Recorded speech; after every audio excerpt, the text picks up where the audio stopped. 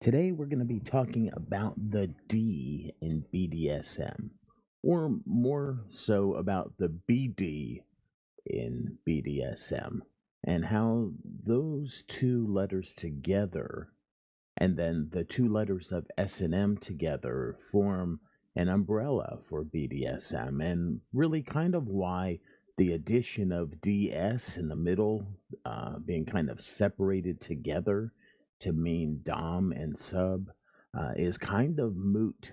It's kind of not necessary or not needed because all of the DS, the Dom Sub type relationship, is built in already to the BD, the Bondage and Discipline together acronym.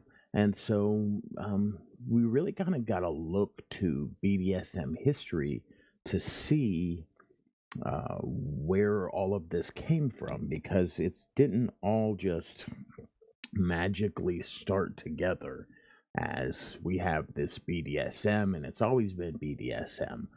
We really kind of have to look to history because history, our own little BDSM history, has its own kind of ways in which things formed and kind of came together. And there are some problems there. Uh, BDSM history kind of has some problems, and um, they're kind of sincere problems, and they really the problems that were created kind of come from our how we have interacted with the culture around us for as long as we've been around. So, first, I'll just kind of give you just an overview of some BDSM history, maybe some bullet points, just to kind of set the scene or set the stage. So, BDSM together has been around, or what we now today call BDSM, has been around since about the 1940s, 1950s is when it kind of came around. Now, the SM, sadomasochism, has a much longer history all by itself. Just the acts, the kind of topping and bottoming acts of pleasurable torture, pleasurable spanking and hitting, and the sadism and masochism. It dates back likely thousands of years ago, maybe even longer than that. But we can kind of trace it back hundreds and hundreds of years. We can see examples of sadism, masochism. We can see it in the Egyptian culture and some of the ancient cultures and civilizations. We can see explorations in pleasurable sadomasochism. And so we can really, it has a very long history. But the BD, or the bondage and discipline aspect, came from a culture of men, primarily homosexual men, or almost exclusively homosexual men at that time, who had come out of the military and had formed uh, kind of a brotherhood, somewhat sometimes of a fatherhood and sonship, because we do see daddy and boy dynamics, consensual adult daddy and boy dynamics, uh, in those early 40s and 50s culture. What is commonly today referred to as the old guard. Now, no one today practices old guard because we've evolved. We're much more now what was then called at some point in the 70s and 80s, kind of transformed into what was called what is referred to as new guard. Especially when straight people, or first when lesbians were included into the lifestyle and kind of grew to a population where they were of significance in the culture, and then straight people in the 80s really started to amass larger amounts of numbers, and now today it's just all inclusive. We refer to BDSM these days as pansexual, meaning it is all inclusive of people of every gender, every sexuality, every orientation, every gender identity. And so it is an all inclusive, a pansexual, all inclusive thing. And so I hope I kind of gave you just kind of a really brief overview. We refer to ourselves at this podcast with whip chains and duct tape and such. We refer to ourselves as traditional BDSM, meaning that we don't, while we like some of the modern updates, we don't feel that all of the things that have come up are necessary. And we also like to respect the definitions and try to kind of find the truth in things that work, things that are reliable, things that don't degrade or destroy or disintegrate what BDSM is all about. And so we try to um, uh, give a nod to the traditions and we call ourselves traditional BDSM. And so every new thing that comes up, everything that somebody just makes up out off the top of their head, we don't necessarily teach from that point of view. And so, which is a good thing. We believe that words have meanings, and that's somewhat of what we're talking about today. So, okay, and not to belabor the point, around the 1990s, the late 1990s, I would say mostly, is where we get this umbrella term where the BD and the SM joined together. Around this time, we also see that there was this third where people took DS and around this time and because before this it was just the communities that were more into bondage and discipline, which was like people who were into like protocols and into power exchange type dynamics.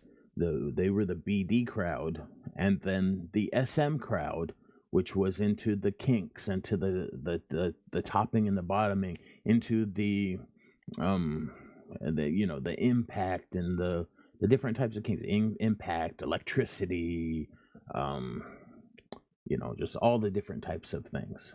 Impact is really one of the ones that gets the kind of the highlight, but all of the different, anything to do with fire and sensations and, all the primal kinds of things and just all of that together, all the SM, all the pleasurable giving and receiving of pain and giving and receiving of kink in general, kinks, the leather and the latex, or the latex crowd and the rubber crowd, and the puppy play, and all of those kinds of kinks. The SM crowd and the BD crowd kind of came together in this umbrella term of BDSM in the late 1990s, and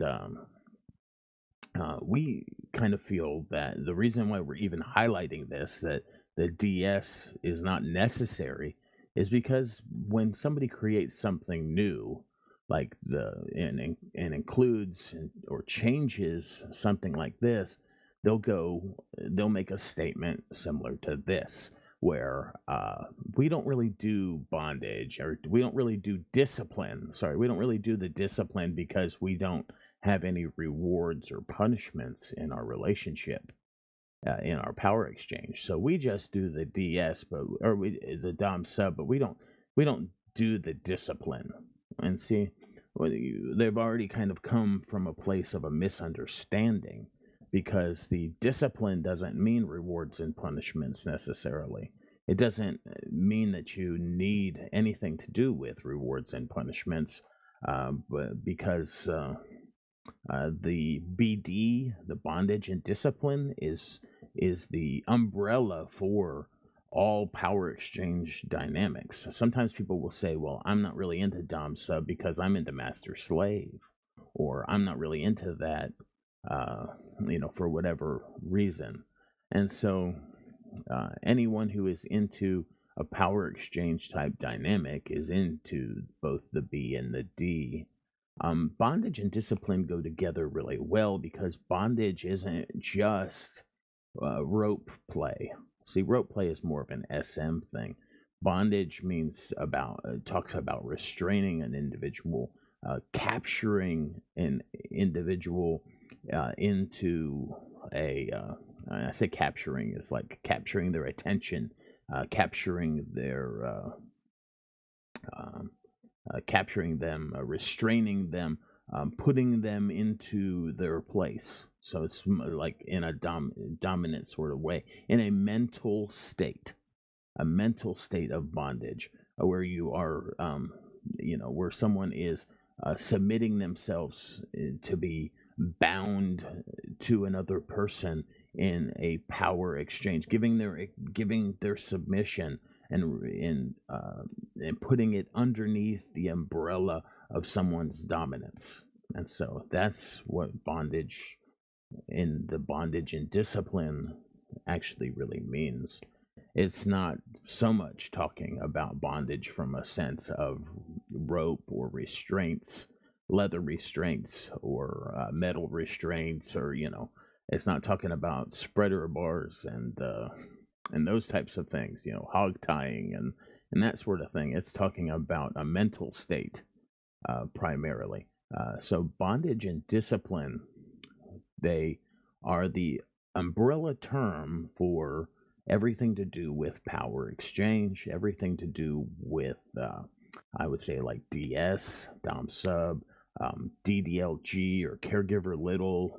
If you're maybe your mommy and a little boy, mommy and little girl, all of those consensual adult caregiver slash little dynamics, which really aren't a new thing, because in that old guard, there was a lot of daddy slash boy. There was a real, especially in that early gay culture, a lot of the society was not accepting of homosexuality.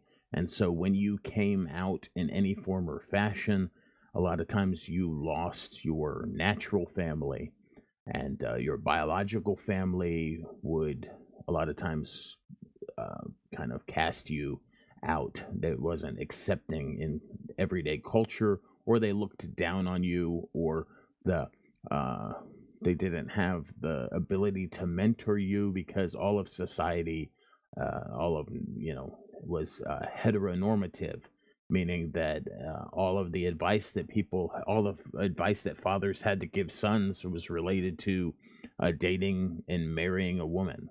And so the creation of a newer type of daddy relationship or caregiver type relationship, a mentoring relationship, was older men, or more established and refined men, not necessarily older in age, but more established and refined men of experience, having a mentoring relationship and being able to mentor new and inexperienced men in navigating gay culture, gay society, and gay dating, and really even BDSM as a more of a lifestyle, and help guiding and mentoring and caring for the needs in a very fathering way.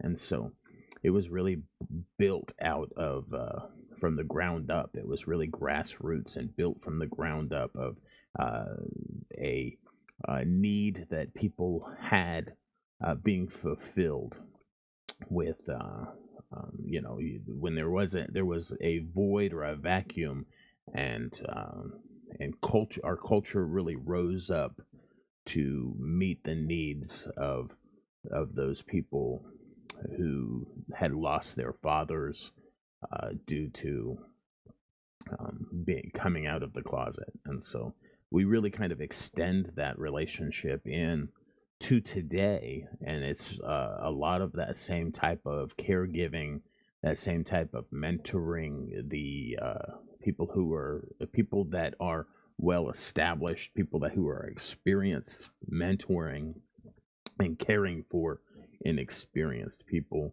is where the basis of daddy little or caregiver little is kind of, that's really kind of the basis of that relationship dynamic. And sometimes it has to do with people that are naturally age regressed and things like that, or people that age play. There is some of that involved in that lifestyle, depending on the person involved. And so some people just have a natural already inside them personality that is more childlike or more little, as we call it in our culture. And it's, of course, they're adults. There's no been everything is adult and consensual always. There's never anything that's not adult and consensual within BDSM. We don't allow it because consent is really the hallmark of all BDSM. And so we don't allow anything that is not based out of consent. Those are automatic. Anything that anyone who cannot give consent is automatically off limits.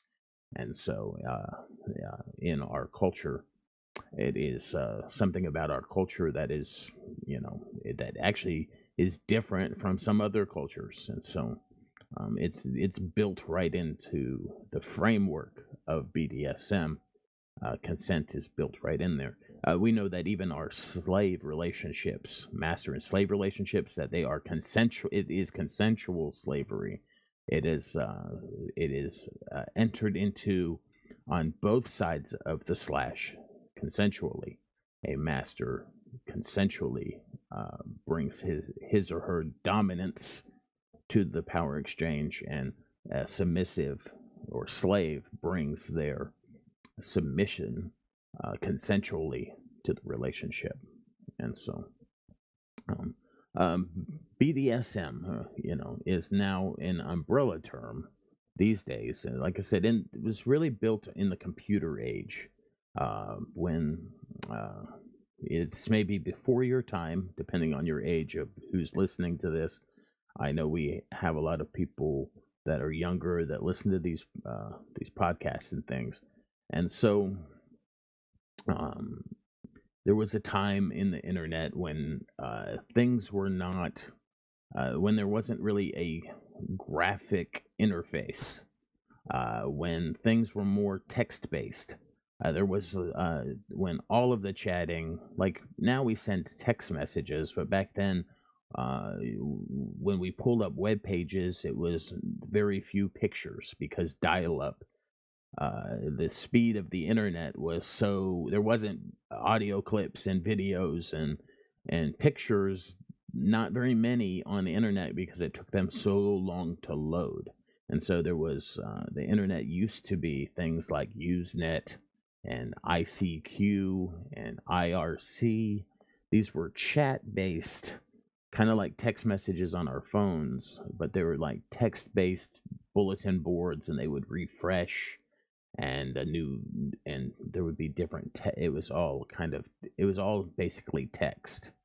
It was all words on a screen, and we did our best to navigate those types of things. And so but it really brought different people from their different localized groups together. And then it also kind of brought in people who were kind of those lone warriors, those people who were just didn't have a local community, and for the first time found community using these electronic means. And so it brought all these different communities together. And then when it did, we started to bring terminologies and started to kind of put our culture together in a more complete package. And that started in I would say the late 1990s, because the early 1990s, the internet was still, well, it existed. There was very few people using it. It wasn't as widespread. I would say around 1996 is when when people began to see the potential of computers, and especially people that were marginalized, people that were, outside of mainstream society. People still really looked down on, in a lot of ways, looked down on BDSM culture in its various forms and fashions in the 90s. There wasn't a lot of widespread acceptance as there is today. It wasn't portrayed in any kind of good way in movies or media for the most part. And so it was seen as pornographic and deviant, and basically, um, it was not looked upon favorably for the most part. And so we've kind of progressed. I hope you've been able to kind of hold on for that little bit of thing. And so, like I said, the reason why we're even bringing it up is because we want to kind of show you how things came together. Like I've said, my personal opinion is that DS does not need to be included, that it really does an unnecessary job of splitting the bondage and discipline and the sadism and masochism. Um, within those two pieces coming together to form BD and then SM together as a full umbrella. Separating those two middle letters out as DS is not really necessary, because the DS, the dominant sub, is already included in the B and the D. Um, so, as I said earlier, bondage has to do with more of a mental, one person restraining another through a power exchange. And then the discipline has to do with, comes from that military hierarchy and structure that our um, the original people involved, called the Old Guard, they brought that military structure and hierarchy. And so that discipline has to do with hierarchy and has to do with protocols. And now you may say, oh, we don't really do protocol, we don't really do rules or those sort of things, but every power exchange relationship has some level of protocol. It has some level of a dominant has responsibilities, and a submissive has responsibilities within the power exchange. And there is some exchange of power and some exchange of control, and there are some there are some expectations. A dominant will have expectations of a submissive, and the submissive will have expectations of the dominant. And there should be some level of consistency to those, in order to those expectations. And that is what is called protocol. And there is a protocol, there is a way that you govern your DS relationship. It is highly specialized. It is, specific to your specific dynamic in how that plays out. So, but it is a protocol. It is all of those things together are what's referred to as the D, the discipline of your power exchange relationship. So that bondage and discipline make up everything that's found in D and S. There's nothing specific to DNS. There is somewhat of a psychology to DNS, but that's also found in the B and the D. And so maybe those letters don't sound like inherently that DS fits into them, but you really have to. I think we've done somewhat of a disservice by not teaching the B and the D as much as we teach the S and the M. When you pick up a BDSM book, like a beginning one, they will go through some of the theory and some of the culture really fast. It'll be a page or two, maybe 5 pages or 6, and then they switch really quick into the S&M, into the tools and tips and toys and scenes and some of that sort of thing. Actually, they don't really do a lot of scene work, or how to develop a scene is really absent in a lot of BDSM books. Um, setting the scene. Sometimes they'll throw role play in there, but they'll, as that's how you do a scene is role play, and sometimes they'll throw safety in there, which is somewhat of how to kind of build scenes. A lot of times, the do's and don'ts of building scenes. But they'll jump to those tools and toys and the activities that we refer to as kink. They'll jump to that S&M stuff really fast in a lot of these beginning books, and they're really light on the B and the D. They're really light on the bondage, the discipline of forming power exchanges and forming relationships, and all of the theoretical stuff that's directly applicable to having this thing we call a relationship. And um, we don't really discover a lot of that we don't really give a lot of that in a very clear and concise manner to beginners, people who are trying to learn our culture. We don't really give that to them. So it's kind of a disservice. I think BDSM educators have somewhat done a disservice, people like me, when we've jumped really fast to the S&M.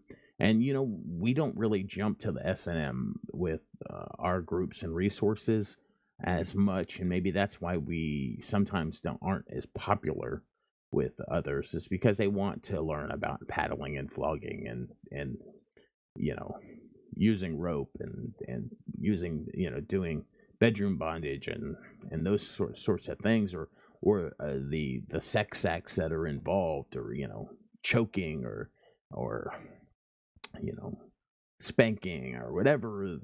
They want to learn all of that kind of thing because that seems like the very exciting part. And in some ways, when you're really new and you're exploring, those are great, exciting things. But then they leave you, once you've done a couple of them, a lot of times people will feel somewhat empty, because there's somewhat of an emptiness, because before you're a human doing, you're a human being.